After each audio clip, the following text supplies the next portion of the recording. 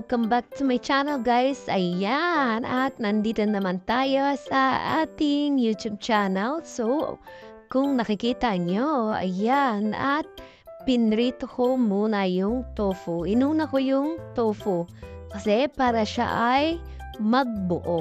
Mahirap kasi kapag hindi yan siya pinrito, pag nag-mekos-mekos tayo mamaya, madudurog yan siya. So, kailangan muna natin yan siya na slightly fried. Ayan. So, ganun lang ang aking pagluluto. Ayan. Hinaano ko lang yan siya na medyo mag-golden brown. Ayan. Kapag ka nag-golden brown na ang ating tofu, so, it's sure to say na syempre, luto na nga siya. So, yan lang. Inaantay ko lang yan siya mag-golden brown. So, eto na nga. At, isi-share ko lang sa inyo na nakabili ako ng murang itlog at ang linis na niya. Kasi, nung binili ko yun siya sa palengke is, dirty egg yan siya. So, tinry ko lang naman kasi nga mura. Baka dahil nga bagong panganak lang sa kanya. So, wala naman sigurong masama. At hugasan na lang, ilagay sa rep. So, di ba, napakalinis na ng itlog kung dirty egg man siya. So, ayan, kung napapansin nyo, ang ibang side ng tokwa is medyo nag-slightly brown na nga siya. So, ayan, i-mix-mix lang natin yan siya, guys, hanggang sa well done. So, depende na lang sa inyo o depende sa akin kung anong klaseng well done ang ating pagkaluto dito sa ating tofu. So, ayun na. Eto, may nabili pala akong karne, guys, na 2 slice ng yempo. So, yung yempo na yan is umabot din siya ng 118. Yun, sa 2 hiwa na yon ng yempo. So, pwede na rin, ayan. At maghapon na rin naming ulam yan. Mula tanghalian hanggang hapunan. So, yan ang ganap dito sa atin sa Pilipinas, guys. So, kung hindi ka marunong mag-budget, hindi ka marunong mag-isip kung ano yung lulutuin mo, hindi ka marunong mag-diet, hindi talaga magkakasya ang iyong pera. So, ganun lang talaga ang life dito sa Pilipinas, kundi magtipid-tipid hanggang saan aabot ang ating warta. So, ganun lang yan siya. Yan, i-mix lang.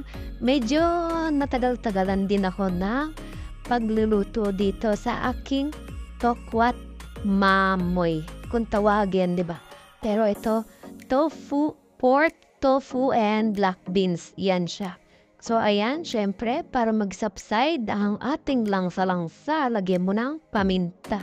So, tinakpan ko ngayon siya. Pagkatapos ko siyang takpan, guys, ayan, mekos ko na siya ulit. Grabe, kawawa na talaga yung cellphone ko. Hindi ko alam kung ano nangyayari sa aking cellphone. Naglalag na talaga sa tuwing mag-coverage o magre-record ako ng aking mga video na aking pang-upload. Hindi ko alam. Siguro, kailangan na natin mag-delete.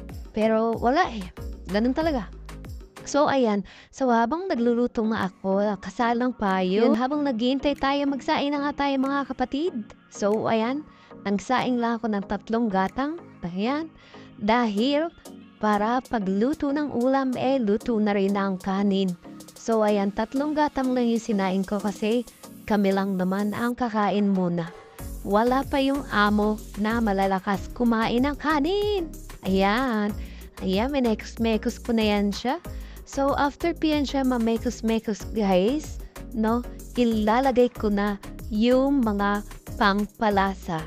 Yung sinasabi kong pangpalasa is yung kamatis, sibuyas, at bawang. Yun. Tatry nyo na ba magluto ng ulam na walang sibuyas, kamatis, at bawang? No? Parang may kulang talaga at may something sa niluluto kapag wala yung mga panggisa. Talagang sumasarap nga talaga yung ulam kapag kompleto ang rekado na ating mga nilalagay. Katulad niyan, importante talaga yung sibuyas, bawang at kamatis. So, depende naman talaga sa ating mga niluluto o tama tayo. Ayan, depende sa ating mga niluluto kung gaano karami yung ilalagay nating bawang or sibuyas or kamatis. May panahon naman na hindi kailangan maglagay ng kamatis sa ating niluluto, di ba? Yun. Ayan, i-mix-mix lang natin, di ba? Para sumarap. Ganyan daw ang tunay na pagluluto ay kailangan laging hinahalo-halo ang ating mga niluluto. Para bang kailangan mo sabihin na, oops, okay na to, okay na to. De, charot lang. So, yun lang. Nasabi ko lang yung okay na to kasi trending yun, guys. Sa nagluluto dito sa Pilipinas. Kapag sinabing okay na to, yun, magaling ka magluto. Kapag sinabing okay na to. Yun, sa mga nakapanood dyan, sa mga social media, lalo na sa Facebook, ayun, trending na trending ang salitang okay na to sa mga nagluluto. So, ayan lang. At tatakpan ko lang yan siya, guys. Pakukuluin hanggang sa pakiramdam mo na lumambot yung karne o medyo nag-brown. So, ayan, naglagay lang din ako ng 1 cup ng tubig at hindi mawawala ang ating laurel. So, after nung mga ilang minutes, 2 to 3 minutes na pakulo lang, ayan, si halo-halo na naman ako.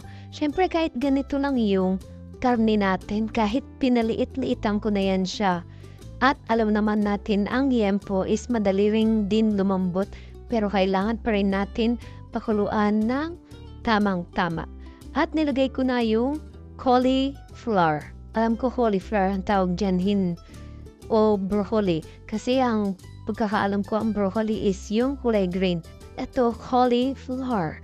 Basta yun na yun, pahirapan niyo pa ako kung ano yan. Sabay ganun na. Ayan, mekos-mekos lang siya natin ulit, guys, no? Hanggang sa mag-well combine ang lahat. Wow, ang taray, well combine. English yun, ha? Ayan, nag-upgrade na tayo ng paunti-unti sa ating mga sinasabi. At sa mga napapanood natin, kung ano-ano na lang din talaga yung mga napupulot natin, ano?